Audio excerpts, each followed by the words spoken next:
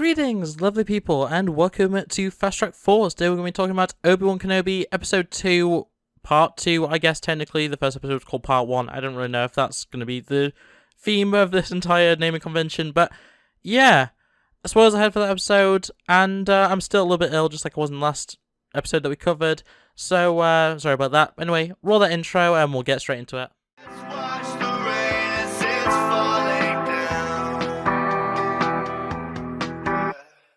Okay, so we pick up essentially exactly where we left off in last episode with, Obi-Wan getting to the location that he set off towards in the last episode.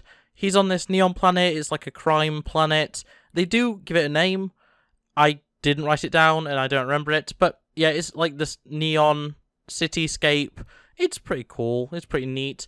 And we find out that signals in and out are blocked, apparently. Doesn't really come into effect at any point, but like that's something that we're told, that signals are in and out are blocked, meaning that tracking isn't really an option. So Obi-Wan is tracking blind.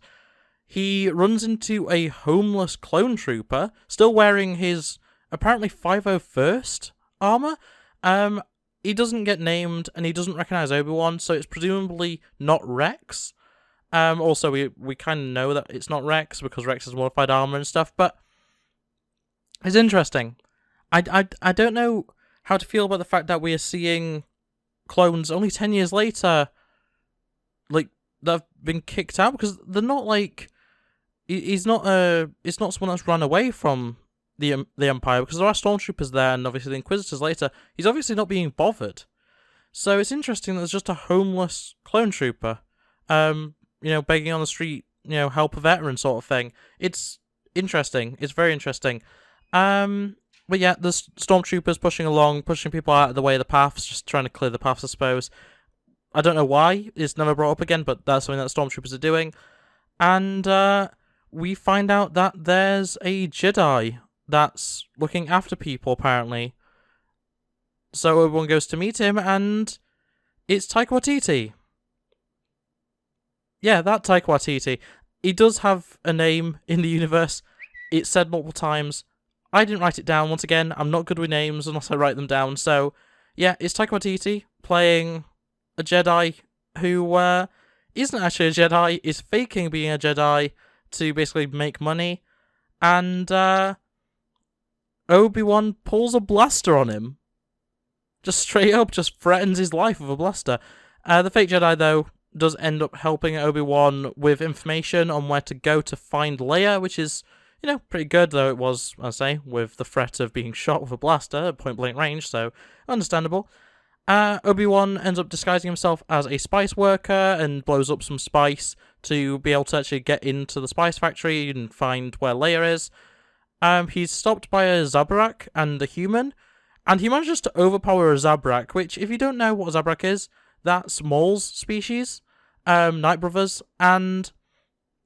they're kind of known for being ridiculously powerful. So the fact that Obi-Wan is able to just defeat a Zabrak like that, and obviously we've seen it happen before, like obviously in the Clone Wars we saw Zabraks fall decently easily, and in Jedi Fallen Order, Zabraks are a main antagonist, so you do fight them a lot. But still, he took out a Zabrak. The human actually lasts longer, which is so weird. But yeah, Obi-Wan finds a decoy of Leia, and he's captured temporarily by the kidnappers, but he uses some spice he was given by a spice vendor for free, mind you, to get away. He just throws it on the floor and then puts on a gas mask sort of thing, so he doesn't have to inhale any of it. And he eventually does find Leia in that compound. We then have the third sister coming and, finding Obi-Wan and everything, well, where Obi-Wan would have been and everything, but the Grand Inquisitor is actually aware of what's happening and has caught the third sister, which is interesting. And then the first sister makes the kidnappers send out a message to everyone on this crime planet, full of bounty hunters and other scum, that Obi-Wan is there and should be captured, and there's a reward for him. And this includes a dinosaur alien. I don't know if he has any importance in the expanded universe or anything, but he looks cool. It's a dinosaur alien. That's pretty neat. Leia keeps calling Obi-Wan old, and then we find out a Forlom. I'll get into that. It's not actually Forlom, but it's that kind of protocol assassin droid. It's very cool. It's great to see them in action. I love seeing protocol droids that are bounty hunters. Leia says that Ben is not a Jedi name, which I mean, it technically isn't, to be fair, because his name isn't Ben, it's Obi-Wan, but you know. And Taika Waititi is also on the hunt for Obi-Wan, which is a bit of fun.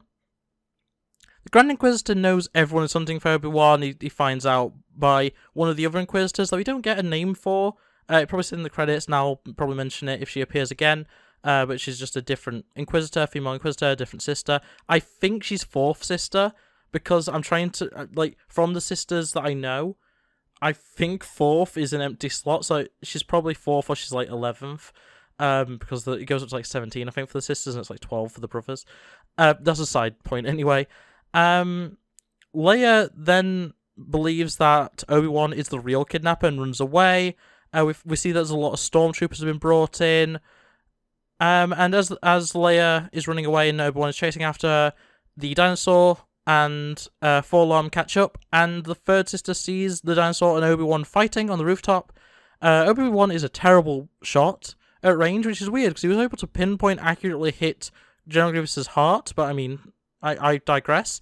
Forlom's using dual pistols at range, which is so dumb as well.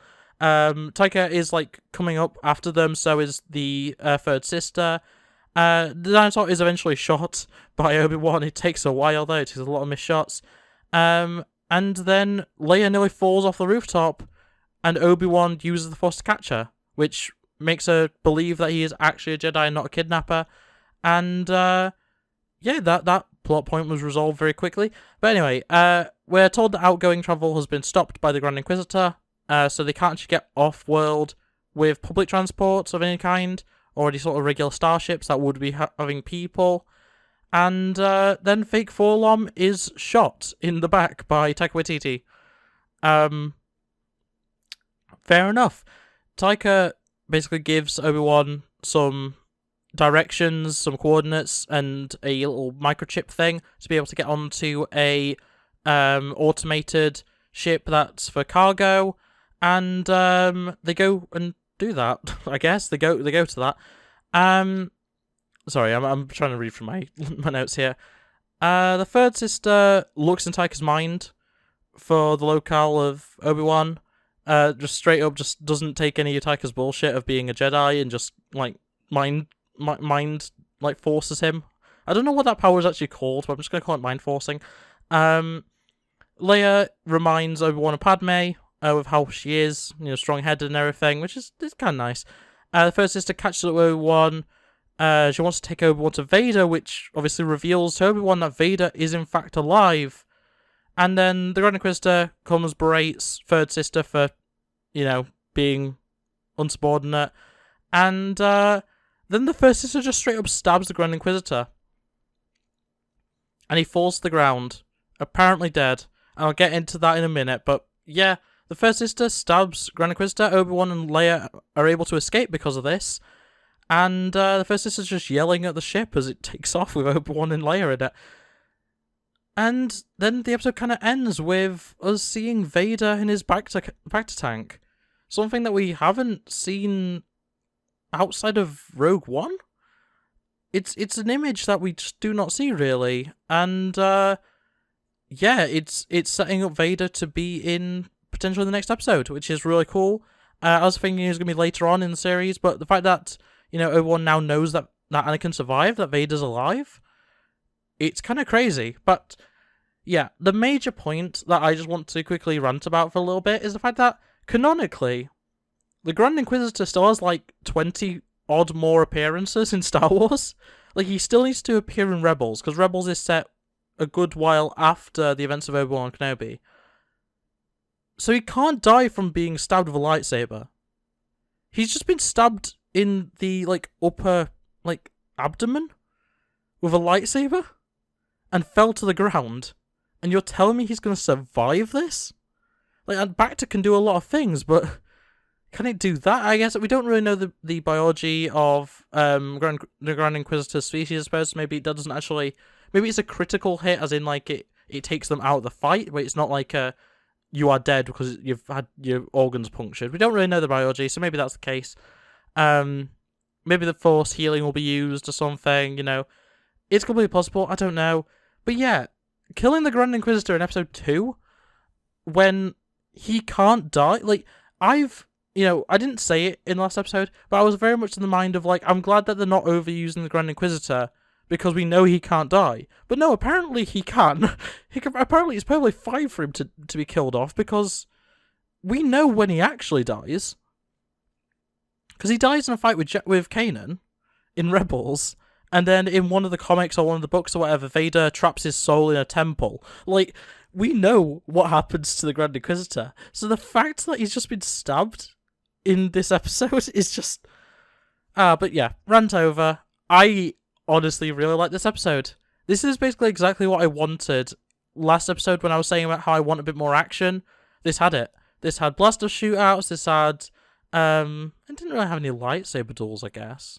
Yeah, that's something that was lacking. But, like, it did have essentially everything I wanted for this series. So, I'm really excited for the next episode. Obviously, we have to wait until next Wednesday, which, actually, by the time this goes up, it might be only, like, 2 days away. But, still, Wednesday is when the next episode comes out. I'll try and get my thoughts video on it as soon as possible. No promises, though. But, yeah, that is Obi-Wan Kenobi Episode 2, Part 2, whatever you want to call it. I'm really enjoying it. I'm really looking forward to it. It's way better than Boba Fett. Still not up there with Mando, but I think it will grow on me, especially when we get Vader in the fray. There's definitely issues I have with the show. A lot of it was just, like, how they visualized some of the elements that were originally from the cartoons.